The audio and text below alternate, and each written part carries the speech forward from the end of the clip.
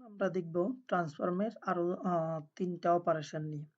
প্রথমটা হচ্ছে এই যে আমি যদি এই অপশনটা দেখি use first row as headers এটার দ্বারা কি বোঝায়? আমি যদি আমার ডেটা গুলাতে তাকাই তাহলে দেখুন ১ নাম্বার এই যে আমার ১ নাম্বার এখানে কি দেওয়া রেসপন্স আইডি, রেসপন্ডেন্ট, জেন্ডার মানে আমার কলাম গুলা দেওয়া। কিন্তু আমার কলামের জায়গায় এখানে লেখা কলাম 1, কলাম 2 যদিও এগুলাতে আমি ডাবল ক্লিক করে নাম চেঞ্জ করে নিতে পারি। কিন্তু আমি প্রত্যেকটা চেঞ্জ করতে হইতেছে এবং আমার এখানে প্রবলেমটা হচ্ছে আমার ১ নাম্বার রোটা থাকার কথা হচ্ছে আমার কলাম হেডার হিসাবে। কিন্তু এটা কলাম হেডার হিসেবে না থাকে এটা ভ্যালু হিসেবে চলে আসছে। তাহলে আমরা এই অপশনটা ইউজ করতে পারি। এই যে লেখা আছে use first row as headers মানে আমার এখানে যে ফার্স্ট রোটা আছে এটাকে আমি কলাম হেডার হিসেবে ব্যবহার করতে পারবো। আমি জাস্ট এটাতে ক্লিক করলাম। ক্লিক করার সাথে সাথেই দেখুন এই যে আমার যে প্রথম রোটা ছিল এগুলা সবগুলা কিন্তু এখন কলাম হেডার হয়ে গেছে। আর প্রথম ভ্যালুটাই কিন্তু ফার্স্ট রো হিসাবে চলে আসছে এই যে এখানে। তাহলে হচ্ছে এরকম যদি আমাদের ডাটা ট্রান্সফর্মের ক্ষেত্রে প্রবলেম হয় আমরা এটা ইউজ করে এগুলাকে কলাম হেডার বানিয়ে দিব। যদি কলাম হেডার না বানাই তাহলে প্রবলেমটা হচ্ছে কি যখন আমরা কোনো কাজ করব, কোনো ট্রান্সফর্ম করব তখন সে কলাম হেডার গুলাকে ভ্যালু মনে করে এগুলার উপরেও ওই ট্রান্সফরমেশনটা করে নিবে। এজন্য আমরা এটা ইউজ করব। এটা আরেকটা অপশন আছে যে use headers as first row যদি এমন হয় যে আমাদের ভ্যালু গুলোই কলাম হেডার হিসাবে আছে তো সেক্ষেত্রে আমরা কি করব জাস্ট এটাতে ক্লিক করলে কলাম হেডার গুলাকে সে হচ্ছে ভ্যালুতে নিয়ে আসবে। এই যে কলাম হেডার গুলা কিন্তু ভ্যালুতে চলে আসছে ১ নাম্বার রোতে চলে আসছে।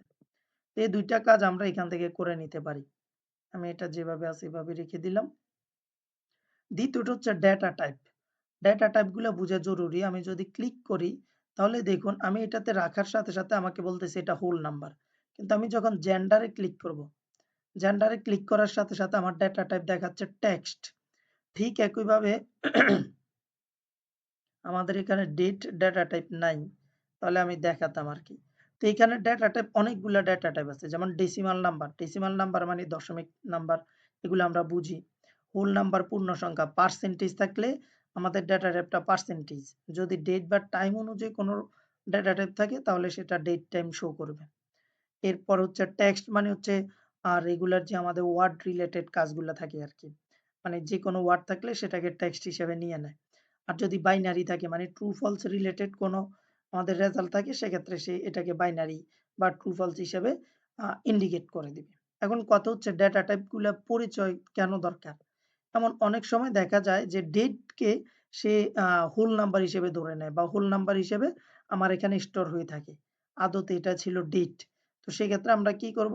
এইটাকে এইখান থেকে ক্লিক করে সাপোজ আমার এটা ডেট ছিল। আমি ডেটে এইখান থেকে এসে ডেটে ক্লিক করে দিব। ডেটে ক্লিক করে দিলে এই যে এখানে বলতেছে আমি কি চেঞ্জ করতে চাচ্ছি কিনা। তো আমি বলে দিলাম হ্যাঁ, চেঞ্জ করতে চাচ্ছি।